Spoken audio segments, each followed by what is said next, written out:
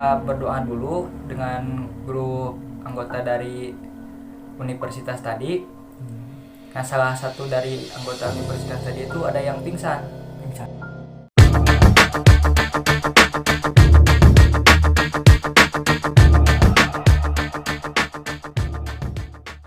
Guys, kembali lagi di Cipul Gesbrot guys.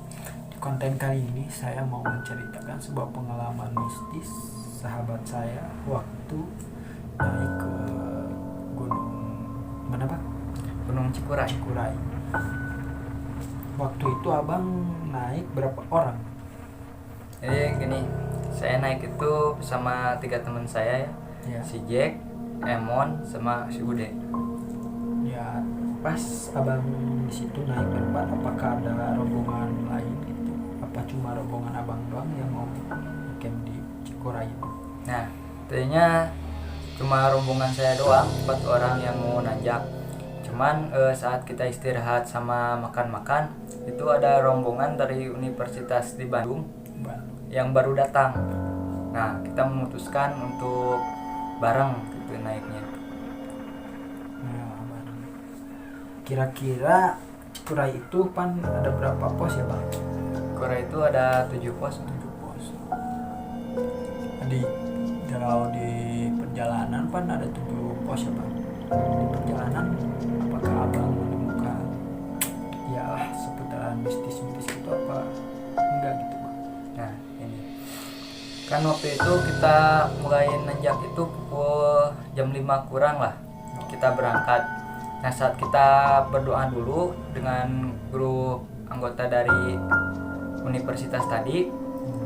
Nah, salah satu dari anggota universitas tadi itu ada yang pingsan. Tiba-tiba pingsan apa cuma kelelahan apa ada something lain gitu? Itu saya juga aneh bang, soalnya kita kan baru berdoa. Nah, Setelah itu dia langsung pingsan. Padahal kita belum melangkah jauh lah, masih di base camp pas mau berangkat. Nah, dari situ saya berpikir kok aneh gitu, belum juga kita berangkat udah ada yang pingsan gitu. Dan di sana saya berpikir untuk memutuskan tidak jadi naik, tapi karena saya kasihan sama teman saya yang jauh-jauh dari kampung pengen naik, nyempetin waktu kerjanya, jadi saya memutuskan untuk lanjut aja. Terus kejadian yang pingsan gitu bang, kira-kira dalam hati abang adakah perasaan takut apa? Pasti ada lah ya perasaan takut, tapi kan gimana mau naik sama teman-teman udah sampai ke TKP masa langsung pulang lagi bang ya? Di sana saya juga sempat khawatir ya kalau ini ada pertanda gitu, karena belum apa-apa udah aja kejadian orang pingsan gitu. Tapi saya tidak menghiraukan hal itu karena saya kasihan sama teman saya yang jauh-jauh pengen mendaki. Akhirnya kita memutuskan untuk berpisah dulu sama grup pendaki, karena grup pendaki harus ngurusin dulu anggotanya pingsan, dan grup saya cuma berempat. Kita memutuskan untuk terus lanjut naik, dan di sana kita sudah janjian gitu kalau misalkan pendaki dari universitas itu nyusul kita, berarti kita akan trekking malam. Dan kalau grup pendaki yang universitas dari Bandung itu nggak nyusul kita, berarti kita akan melanjutkannya besok pagi trekking. Jadi bisa masang tenda dulu gitu di pos berapa lah kalau kiranya capek gitu ya. Nah, kita itu di pos 1 kita pasang tenda sambil nungguin pendaki dari universitas, menunggu keputusan mereka.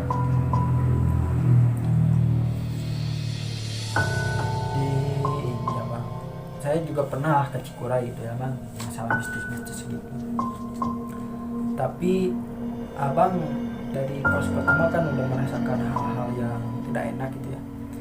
Adakah bicara kepada rekan-rekan setim abang pas mau naik? Nah, sebelum sampai pos 1 kurang lebih sebelum maghrib lah. Sana kan saya jalan paling belakang nih. Ya. Pertama si Jack, si Emon, si Ude, terus saya yang paling belakang. Di sana saya merasakan ada yang nyentuh pundak saya gitu, dingin kayak tangan gitu. Berat tapi Enggak berat, cuma dingin doang. Nah, karena di sana saya merasa aneh, saya tengok ke belakang, nggak ada siapa-siapa. Karena saya gak mau mood teman-teman saya jadi berantakan atau jadi takut, jadi saya pendam itu sendiri ya, tidak mau berbicara ke ya ke teman-teman, karena kan takutnya jadi saya panik, teman-teman panik dan iya, dan turun gitu ya. turun. Gimana lagi bang kejadian itu bang?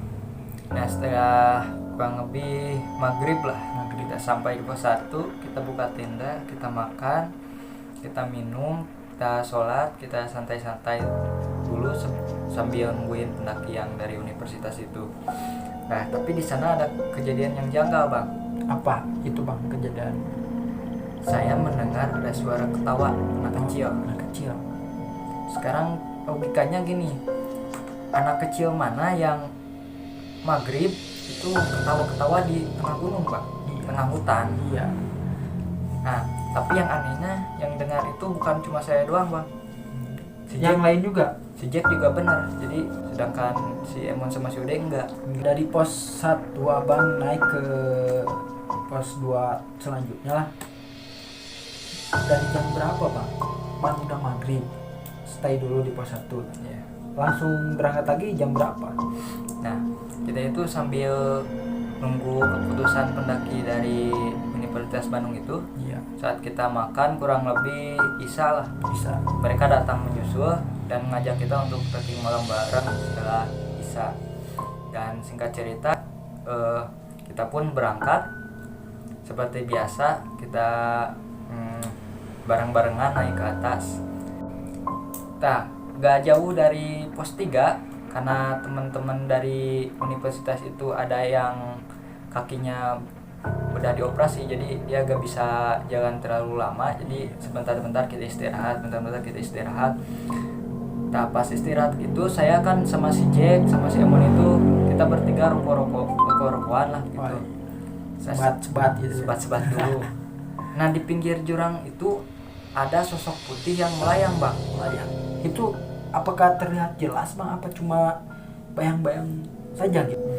Ini mungkin bukan, kalau saya bilang ini bukan hantu ya. Iya. Ini mungkin karena saya kecapean jadi halu gitu. Ya, jadi halu, jadi pikiran kemana aja ya bang. Nama juga di hutan ya, di gunung gitu. Iya. Pasti pikiran adalah kemana saja.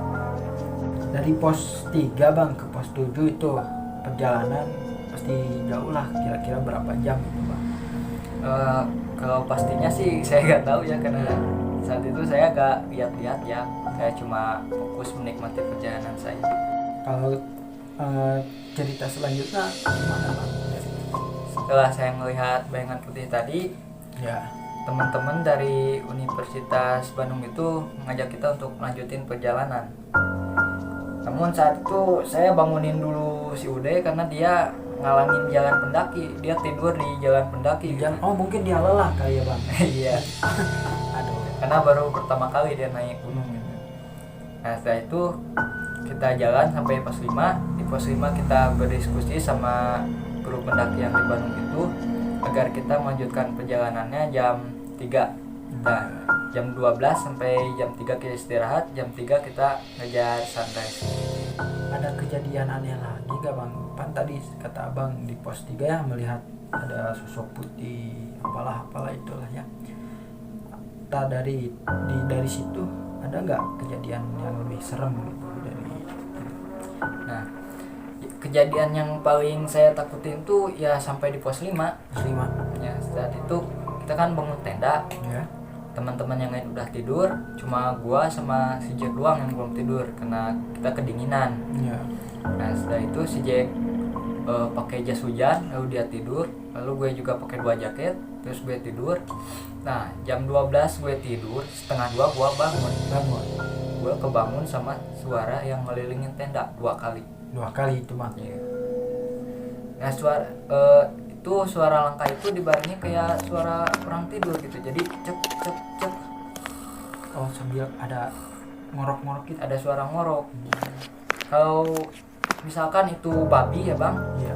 pasti makanan kita sudah habis yang di luar. Iya. Soalnya kita simpan makanannya di luar bang. Tapi setelah abang cek makanan masih pada ada gitu. Ya, saya keluar, saya cek makan, ternyata makanan masih ada. Kalaupun itu babi, Iya. pasti ada jejak kakinya bang. Iya pasti. Iya. ini nggak ada jejak kaki, terus makanan masih utuh. Saya bingung saat itu, sambil ketakutan saya masuk tenda lagi. Saya berusaha untuk meremin mata supaya tidur, supaya cepat-cepat pagi gitu, Sambil nenangin diri gitu. sambil nenangin diri. Dan saya gak kasih tahu sama teman-teman, akhirnya dia ikut panik gitu. Iya, jangan pendem ya sendiri. Lalu Bang gimana? Nah setelah itu jam 3 kita bangun, kita semua bangun, dan kita bersiap-siap untuk ngejar sunrise. Kita simpen tenda itu di pos 5. Iya. Kita bawa kompor, air, sama kopi buat ngopi-ngopi ntar di atas. Nah, setelah itu kita jalan. Si Ude sama si Emon itu dia barengan sama pendaki yang ada di universitas Ya. depan, sedangkan gue sama si Jack di belakang. Nah si Jack saat itu paling belakang, ini gue, ini si Jack.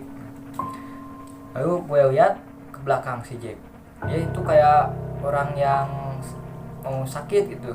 Lalu dia muntah-muntah. Setelah itu gue barur sama kayu putih, dan otomatis karena kita posisinya di belakang, kita ketinggalan sama grup yang ada di depan. Iya. Dan saat itu yang pegang headlamp sama senter itu grup depan doang, kita enggak. Oh, Abang berdua belakang. Iya. Ketinggalan gitu. Nah kan posisi saat itu jam 3 pagi itu masih gelap lah, Ya. dan kita itu gak bawa senter sama sekali. Itu hal yang paling fatal yang pernah saya lakuin. Jadi otomatis kita gak bisa lihat jalan. Akhirnya kita mutusin kita nunggu di akar pohon itu, kita tidur sebentar di sana buat nungguin matahari ya. Ya. Karena kalau dipaksain gak memungkinkan karena jalannya masih gelap, dan saya juga saat itu masih capean banget karena saya itu tidurnya sebentar karena digangguin itu yang Tadi itu. muterin tenda itu. Si Jack juga kelelahan, jadi otomatis kita nunggu sampai ada matahari ya yang nyari jalan. Oh, jadi Abang nggak ngikut teman yang dua, kan Abang berempat ke atas ya? Ya. Tidak ngikut yang dua, pan yang dua lanjut perjalanannya. Abang ngikut teman Ya. yang muntah-muntah itu. Karena yang dua orang itu mungkin dia semangat ya, karena Ya. mereka itu Baru pertama baru kali. naik gunung. Mereka barengan sama kelompok pendaki sambil bawa air kita, sambil bawa headlamp kita. Cuma kita doang yang gak bawa penerangan gitu. Jadi kita tidur di akar pohon. Itu ya pengalaman yang paling fatal lah kalau bisa dibilang. Iya. Ya fatal sekali ya. Apakah Abang nekat gitu kembali ke tenda, apa stay aja di situ Bang nunggu teman Abang turun?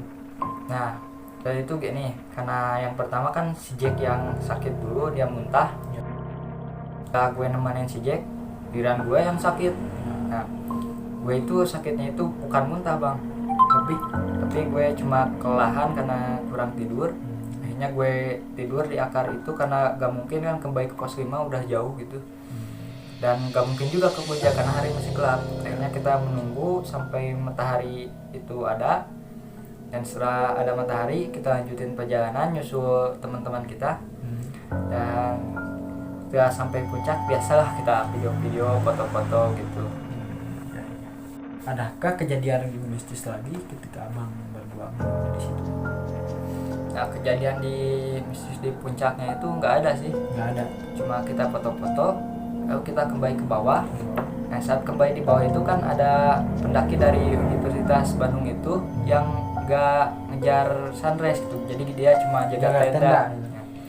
Saya tanyain sama dia karena kan hari itu udah terang lah, jadi saya agak terlalu takut. Saya tanyain, bang, ada gak pas jam 1:30 yang ngelilingin tenda? Dia bilang ada. Saya tanya, babi bang? Bukan. Lalu apa bang? Saat saya kencing, kata dia, saya melihat ada sosok putih yang ngelilingin tenda. Berarti bukan dari Abang aja ya yang mendengar atau melihat. Iya. Kalau tadi kan waktu saya istirahat sambil rokok-rokokan itu 3 orang, saya melihat bayangan putih. Dan saya rasa itu saya halu karena saya yang melihatnya sendiri. Tapi kalau ini saya mendengar suara langkah kaki, dan tetangga tenda saya juga dengar. berarti ini bukan halu, Iya. karena bukan saya yang Ya, ngerasainnya. pasti itu nyata lah ya, real.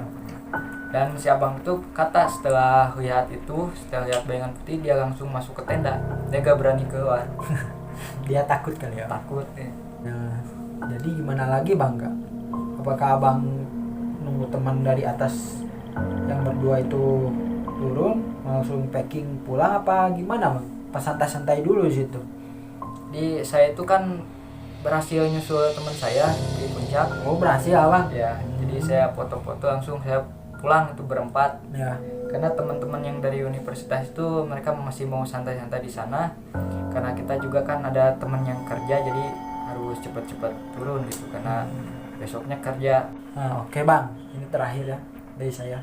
Adakah pesan-pesan abang yang buat para pendaki apalah kalau mau ke gunung harus apa gitu bang? Ya. Yang pertama pasti kita harus ingat dan terus berdoa ya kepada Allah agar kita dilindungi selama perjalanan. Ya itu pertamanya. Dan yang kedua jangan lupa peralatan headlamp, senter. Kalau mau trekking malam itu kalian harus sudah siap, itu sudah ada minimal 2 orang 1. Oh ya, siap bang. Jangan sampai gak ada senter kayak kita. Oke bang, mungkin sudah cukup bang cerita kita bang. Dan terima kasih telah datang ke saya yang apa adanya ini. Terima kasih bang untuk waktunya. Sama-sama. Ya, siap.